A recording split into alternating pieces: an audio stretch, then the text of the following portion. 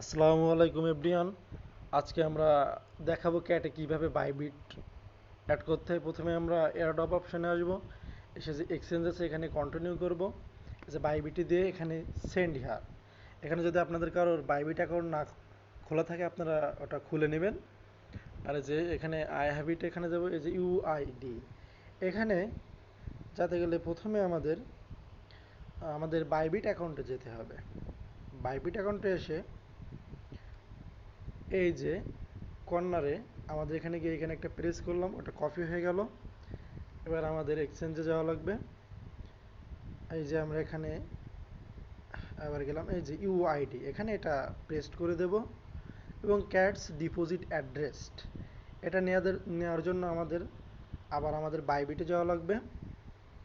এই যে বাইবিটে গেলাম, এখানে বাইবিটে এসে এই যে আমরা অ্যাসেটে যাবো, অ্যাসেটে এখান থেকে ডিপোজিটের এখান থেকে ডিপোজিট ক্রিপ্টো এখানে ক্লিক করব। এই যে এখানে ক্যাটস আপনাদের যারা এখানে না থাকবে আপনারা এখানে যে ক্যাটস বলে সার্চ দেবেন, চলে আসবে এই যে ক্যাটস। হ্যাঁ, এখানে এই যে টোন এটা আমরা করব। এই যে আমাদের অ্যাকাউন্ট চলে আসছে। এটা যে ওয়ালেট অ্যাড্রেস, এখান থেকে আমরা ওয়ালেট অ্যাড্রেস নেব, নিয়ে আমরা এই যে এখানে ক্যাটস ডিপোজিট অ্যাড্রেস এখানে পেস্ট করে দেব এবং মেমোটা আসার জন্য আবার আমরা সেখানে বাইবিটে চলে যাব। এই যে দেখেন ট্যাগ মেমো, এটা এখান থেকে আমাদের কপি করতে হবে। কপি করার পর আমরা আবার আমাদের অ্যাকাউন্টে চলে যাব, ক্যাটসে এখানে এটা প্রেস করে দেব। এই যে সেন্ড,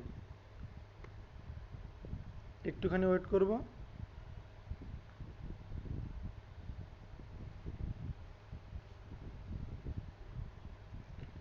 দেখে নিয়ে খুব দ্রুত আমাদের এটা অ্যাড হয়ে যাবে, হয়তো নেটওয়ার্কের সমস্যার জন্য হচ্ছে না। এই যে দেখুন আপনার ইউআর ইলিবল দেখাচ্ছে।